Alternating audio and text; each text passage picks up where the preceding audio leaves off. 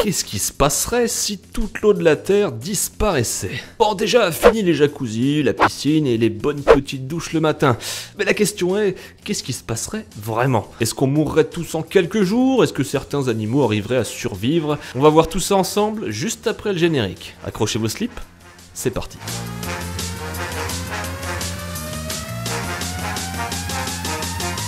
Bon, alors déjà, pour que ce genre de choses arrive, il faudrait imaginer un scénario du type des aliens ont besoin d'eau et décident un jour de nous pomper toutes les réserves d'eau de notre bonne vieille Terre. Espèce d'enfoiré! Mais avant de rentrer dans les détails, on va d'abord parler chiffres. La Terre, c'est avant tout une superficie de 510 millions de kilomètres carrés. Et sur ces 510 millions, 70%, c'est de la flotte. De l'eau, quoi. Alors qu'est-ce que ces 70% représentent exactement? Ce sont évidemment les mers, les lacs, les rivières, mais aussi les océans, les calottes polaires, etc. Alors si on regroupait toute l'eau de la Terre en un seul endroit, on obtiendrait alors un chiffre de 1,400 milliards de kilomètres cubes. Pour vous donner une petite idée, 1 mètre cube représente 1000 litres. Chaque année, c'est environ 120 000 km3 d'eau qui tombe sur les sols de notre planète. Et ça grâce aux précipitations. Alors je précise sur les sols, parce qu'il en tombe également 450 000 km3 dans les océans, les lacs, les rivières, etc. Sur ces plus de 400 000 km3, c'est 500 000 km3 qui s'évaporeront. Les océans représentent à eux seuls 97% de l'eau présente sur Terre. Et là vous vous dites, bordel, ça fait un paquet d'eau en stock. Je vais pouvoir laisser couler mon robinet un petit peu plus longtemps ce soir. Eh bien non! Même si les chiffres sur l'eau présente sur Terre sont astronomiques, sachez que seulement moins de 3% de cette eau est douce. Et sur ces 3%, 2% sont bloqués dans les calottes glaciaires et les glaciers. Alors là vous vous dites, merde, il doit bien en rester un peu quelque part. Ouais, dans le sol. 0,5% pour être exact. Et pour ce qui est des sources directes comme les lacs ou les rivières, eh bien cette eau ne représente plus que 0,014%. En gros, non seulement les sources d'eau potable représentent un très faible pourcentage de l'eau totale présente sur Terre, mais en plus de ça, la plupart de cette eau est inaccessible pour les humains. Et c'est pas tout, parce que eau douce ne veut pas dire forcément eau potable. D'ailleurs, le chiffre fait assez peur, car c'est au final seulement 1% de l'eau sur Terre qui peut être utilisée comme eau potable. Un autre petit chiffre intéressant, presque 70% de l'eau douce présente sur Terre est contenue dans les glaciers, les neiges éternelles, les calottes glaciaires, etc. La plupart se trouvent dans une seule et unique région, l'Antarctique. Pour vous donner une petite représentation, voilà ce qu'on pourrait voir si on regroupait toute l'eau présente sur Terre en un seul endroit. Une forme arrondie d'à peine 1400 km de diamètre, soit à peine plus que la distance Paris-Madrid. Là encore, pour vous faire une petite idée, voilà ce que donneraient toutes les réserves d'eau douce à côté de toutes les réserves d'eau présentes sur Terre. C'est la petite bille, juste là. En gros, ici, on fait la différence entre l'eau disponible sur Terre et l'eau douce, qui sont deux choses très différentes. Là, tout de suite, on a beaucoup moins envie de laisser son robinet ouvert, parce qu'on se rend compte que même si de l'extérieur notre planète renvoie un bleu magnifique, les réserves d'eau potable, elles sont quasiment inexistantes. Bon, mais tout ça, ça répond pas à notre question existentielle. Qu'est-ce qui se passerait si toute l'eau de la Terre disparaissait? Déjà, ce qu'on peut commencer par faire, c'est calculer qu'est-ce qui se passerait si toute celle des océans venait à disparaître. Parce que si vous avez suivi ce que j'ai dit un petit peu tout à l'heure... T'as suivi, n'est-ce pas? L'eau des mers et des océans, c'est 97% de l'eau présente sur Terre. Donc en gros, ça nous donnerait déjà un bon aperçu. Et pour comprendre ce qui se passerait, il faut déjà comprendre le rôle que jouent nos océans. Un des rôles essentiels est celui qu'ils ont par rapport au soleil, puisqu'ils absorbent ses rayons. Les températures les plus hautes dans l'eau se situent donc à la surface de la mer, les rayons du soleil étant absorbés dans les premiers mètres d'eau.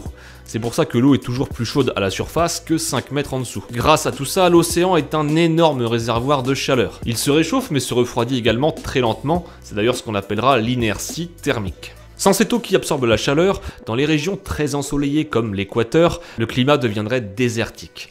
Les océans permettent également de faire circuler les courants chauds et froids, envoyant les eaux chaudes vers le nord et les eaux froides vers le sud, de façon à réguler un maximum la température partout sur le globe. Mais ce qui serait vraiment catastrophique si les océans venaient à disparaître, viendrait du fait que le cycle de l'évaporation serait brisé. Rappelez-vous, en début de vidéo, on avait vu que chaque année, il tombait environ 450 000 km3 d'eau sur notre planète, contre plus de 500 000 km3 qui s'évaporaient. Avec ces chiffres, on comprend donc que l'eau ne fait pas que stagner une fois qu'elle touche le sol, mais qu'elle se recycle en permanence sur la surface de la Terre. Bref, grâce aux océans et au soleil, c'est plus de 15 milliards de litres d'eau qui s'évaporent des océans chaque seconde. Une fois évaporée, l'eau se transforme en vapeur d'eau et retombera ensuite dans le monde entier sous forme de neige, de pluie, de rosée, etc. Du coup, sans océan, pas d'évaporation, et sans évaporation, pas d'eau.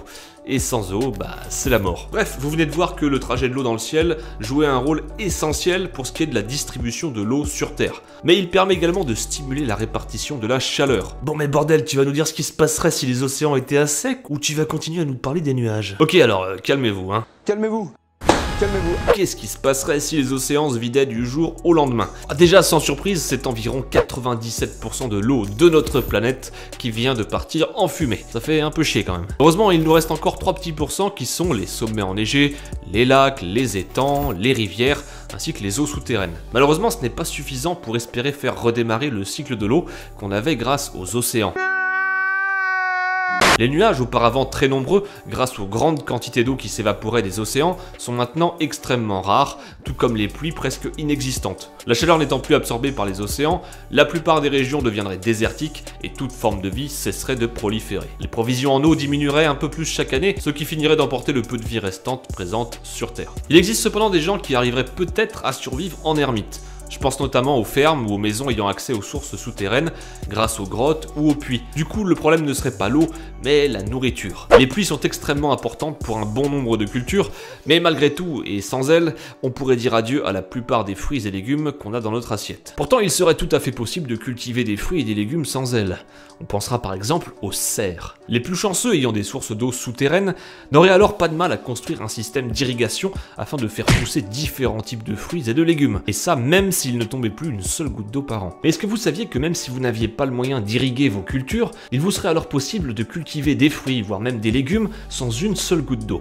Non, c'est pas du fake hein. Vous avez peut-être déjà entendu l'histoire de Pascal Pout, c'est un fermier qui habite près de Béziers, donc dans une région où il fait très chaud, et qui a plus de 3 hectares de cultures qui n'ont pas accès à l'eau. Et pourtant, ça l'a pas empêché de récolter d'énormes tomates juteuses, et ça même en pleine période de sécheresse. Alors soit Pascal est un dieu vivant, soit il a trouvé une astuce auquel on n'avait pas pensé. D'abord, c'est de faire en sorte que la terre soit fertile. Et puis je plante les plantes et après je m'en occupe plus.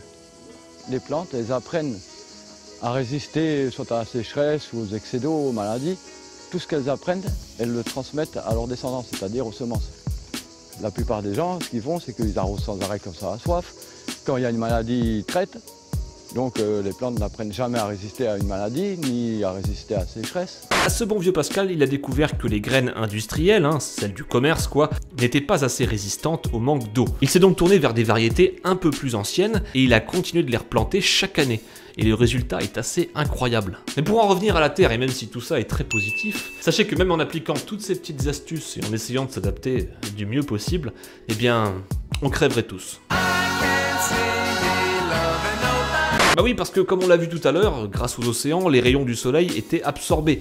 Mais maintenant qu'ils ont disparu, eh bien, c'est le gros bordel. L'équateur deviendrait un vrai four, et les gaz à effet de serre emprisonneraient l'énergie du soleil près du sol, ce qui amènerait la température sur Terre à atteindre les 145 degrés. Même les animaux et les insectes, comme les scorpions ou les coléoptères, habitués à résister aux fortes chaleurs du désert, ils n'y survivraient pas. Un des seuls lieux encore habitables serait en fait l'Antarctique. Bon, déjà, faudrait y avoir pensé, et quand bien même t'y aurais pensé, faudrait ensuite pouvoir t'y rendre. Et là, on va pas se mentir, ça se complique un petit peu. Pour ça, il vous faudrait vous rendre à Buenos Aires pour prendre un avion qui vous emmènerait ensuite à Ushuaia, une ville d'Argentine. De là, il vous faudrait trouver un navire spécial qui vous permettrait de vous emmener en Antarctique. Bon, à partir de là, si vous avez le mal de mer, préparez des sacs à vomito, parce que le trajet, il prendrait en moyenne entre 10 jours et 3 semaines. Ceci étant, si on y arrivait, on aurait une petite chance de pouvoir y survivre, puisque ce serait le seul endroit au monde avec encore suffisamment de glace pour refroidir l'air ambiant et permettre à quelques rares formes de vie d'y prospérer. Enfin, vous excitez pas, parce que c'est pas le paradis non plus. Le peu de personnes ayant réussi à atteindre cet endroit devraient ensuite lutter pour survivre. Ah oui, parce que si l'eau en Antarctique, c'est plus trop un souci, la nourriture par contre, c'est un petit peu compliqué. Qui plus est, l'Antarctique étant très sauvage, il n'y aurait pas de route, pas d'habitation, pas de commerce, bref, des conditions de vie extrêmement difficiles. Enfin bon, restons positifs, mettons que vous arrivez en Antarctique, que vous construisez votre petite cabane et que vous arrivez à survivre.